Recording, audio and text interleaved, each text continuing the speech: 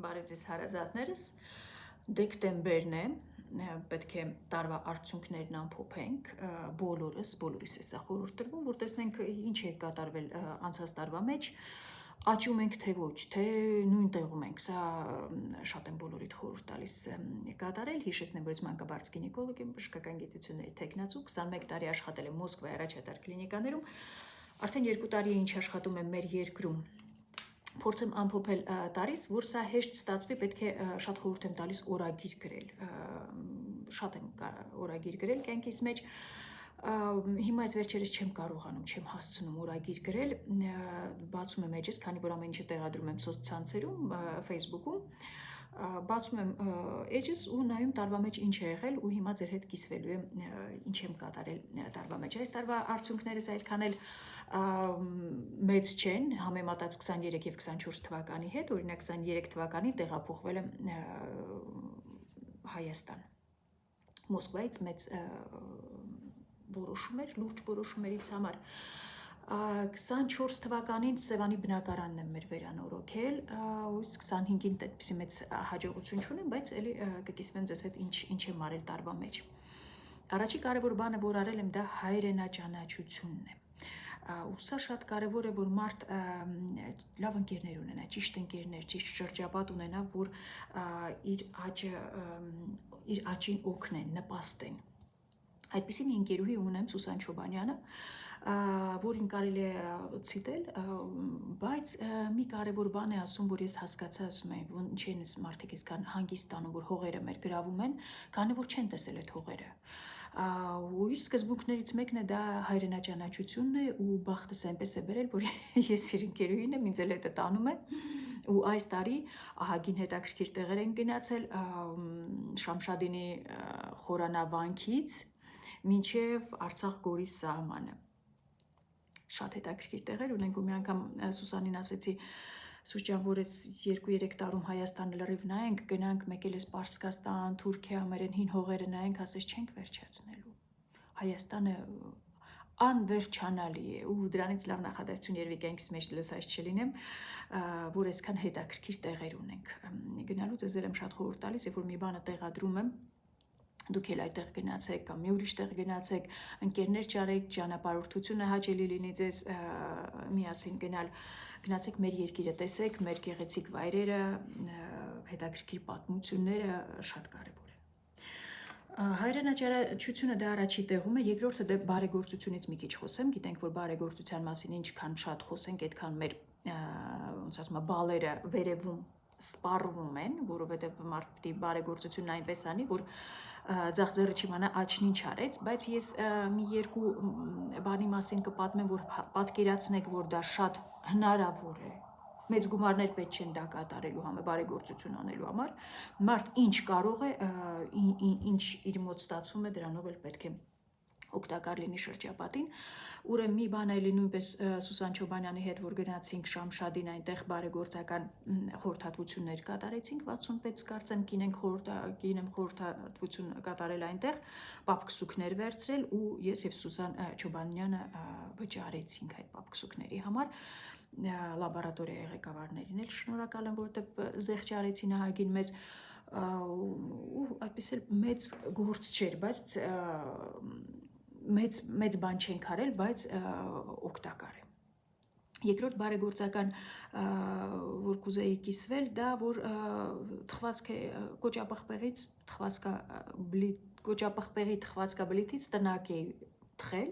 ու տարել ռեաբիլիտացիոն կենտրոնում հաշմանդամ երեխաների հետ զարդարել տնակ սարքել, էլի Սուսան Չոբանյանի հետ իր աշխատավայրն է։ Ու հետաքրքիր է, որ ամեն տեսնելուց ինձ հետաքրքիր է սա Սուսանը միշտ ասում է, ես այնքան ուրախ եմ իմ աշխատատեղով, ոնց որ մեկ առավոտից երեկո ինքը հաշվանդամ երեխաների հետ է աշխատում ու ամեն տեսնելուց դա ասում է, որ ինքը ուրախ է, որ այդ աշխատանքն է անում, որ ճիշտ տեղն է ընկել, սա մի ուրիշ մակարդակ է, որտեղ մարդիկ հաշմանդամ մարդկանց որ տեսնում են, թեքվում են, չնայեն հանկարծ բան, իսկ մարդ ուրախանում ամեն օր, որ հետները հնարավորություն ունի հետներն աշխատելու։ կարևոր է։ Այսքանով ավարտեմ բարեգործական այդ պահը, ուզում եմ ասեմ, որ մեծ ջանք չի պահանջում բարեգործություն անելը, բայց ահագին բալեր հավաքվում են հավիտենական կյանքի համար, որ գնաք ասեն ինչ ես արել, ասես, ուրեմն լավ ընկերներ ունենալը շատ կարևոր է։ Իմ բոլոր աշխատատեղերը ինձ ընկերներս են տեղավորել, իրենց դրա համար շատ շնորհակալ եմ։ Վիկան ինձ ավանդականում է օգնել տեղավորվեմ աշխատանքի, Լուսինեն Աբովյան քաղաքում 2 տեղ աշխատատեղի է ինձ օգնել տեղավորվեմ, մյուս Լուսինեն Աստղիկ բժշկական կենտրոնում, Արմինեն Բեգլարյան կլինիկայում, բոլորին շատ շնորհակալ եմ։ Ես մենակ մի տեղ եմ ինքնուրույն գնացել աշխատանքի տեղավորվել, առաջի տեսահոլովակիցս հետո այդտեղից ինձ հեռացրեցին աշխատանքից, դրա համար ես էլ ինքնուրույն ոչ մի տեղ չեմ գնում տեղավորվելու։ Ընկերները շատ կարևոր են։ Սպորտը ընկերուհիս ամենակարևորը, որ վերջապես կյանքից մեջ սպորտը, հիմա այս վերջերս մի քիչ ծուլություն եմ անում այս դեկտեմբերին, բայց հիշում ենք, որ Միլայի հետ Բուսաբանական այգում առավոտները քայլում եմ, մարզում եմ, ու որ նոր Միլայի հետ ծանոթացել, քայլում ենք, արդեն ասեցի Միլա, մեզ մարզիչ է պետք, մեզ մարզի, ամեն անգամ ասում մարզիչ ինչ ես անում, դու գլուխ ունես, ես գլուխ ունեմ, մարզիչի, ու Միլան մինենց մարզիչ դարավ այս տարվա մեջ, որ արդեն ասում էի փրկեք ինձ Միլայից, շատ կարևոր է, իրոք որ այնպիսի շրջապատ ունենաք, որ աճեք, նպաստեն ձեր աճի։ Ինչ եմ էլ արել, բլոգերություն եմ արել այս տարի, բլոգերությունս ահագին հաջող է համարվում, հաջող է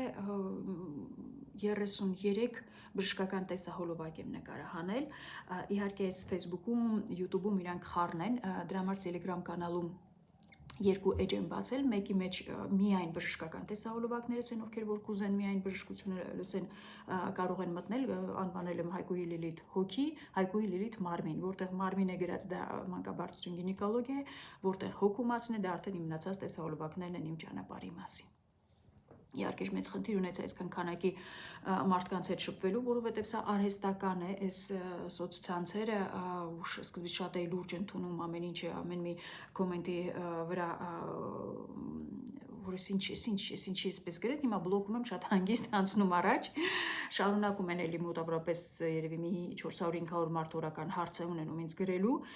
իհարկե չեմ պատասխանում, առաջներում գրում էի, վայ կներեք, որ ժամանակ չունեմ ձեզ պատասխանելու բան, որտեղ ես օնլայն ոչ մի անգամ, ոչ երբեք խորհրդատվություններ չեմ արել, որտեղ կարող եմ սխալ թույլ տալ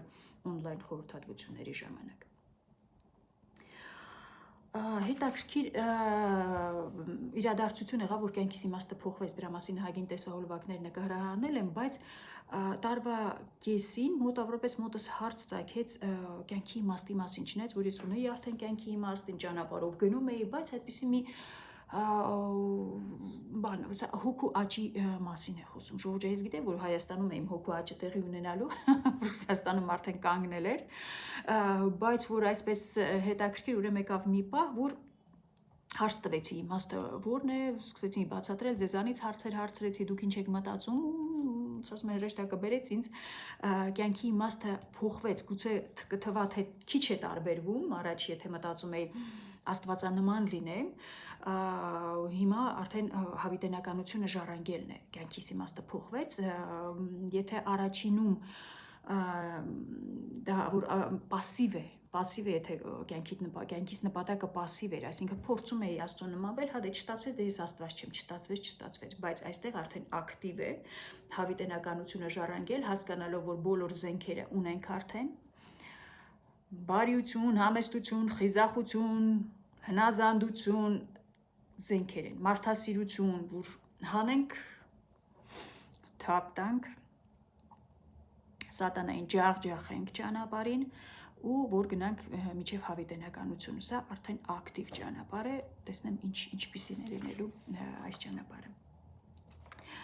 Ուրեմն 2 անգամ տարվա մեջ գնացել եմ թատրոն, 2 անգամ օպերա, 2 անգամ ասմունքի երեկոներ,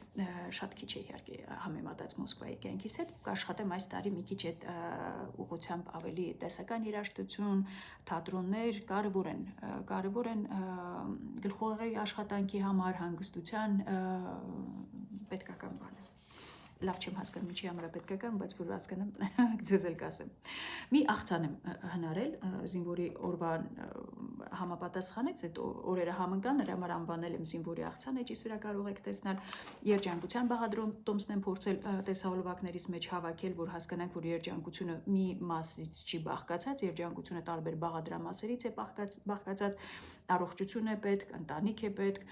աճ է պետք, թե հոգևոր, թե պրոֆեսիոնալ, այսինքն աշխատել է պետք, լավ ընկերություն է պետք, բայց որ հասկանանք երջանկությունը ինչ է, նորից եմ ասում, ճգնավորների կյանքը առաջներից պիտի լինի, սրբերի կյանքը առաջներից պիտի լինի, որ իրանք այս աշխարհի ամեն ինչը թողում են,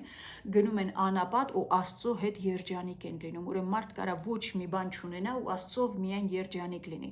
արդեն որ այս հավելյալ բաները մեզ տալիս են, գոնե սրանց համար շնորհակալ լինենք, շնորհակալ մարդիկ նոր կարող են երջանիկ լինել։ Էլ ինչ եմ արել այս տարի, տատիկիս գերեզմանն եմ առաջի անգամ այցելել, դրա մասին պատմում եմ, հայոց պատմությունը կիսատ եմ թողել նորից, որ էլի պետք է դրանով աշխատել, 2 անգամ կոպիս վիրահատություն եմ տարել, կոպիս վրա հիշում ենք Ախալազյանը աճում, 2 անգամ ու կարծում եմ սա նույն մեղքի հետևանք է, սա միշտ այդ կապը հիվանդության ու մեղքի պիտի անպայման տեսնենք այդ կապը ու կարծում եմ փորձում եմ արդեն արդյունավետ է, չպետք է աճի այդ մեղքի դեմ պայքարս։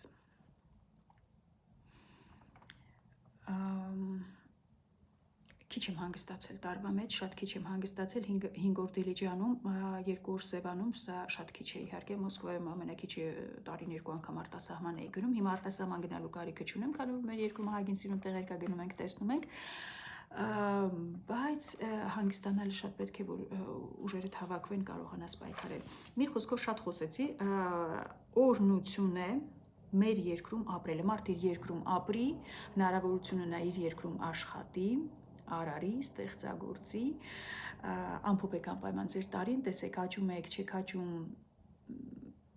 կարևոր է սա։ Մեծ հույսերով կհանդիպենք նորից, բարի օր բոլորիդ։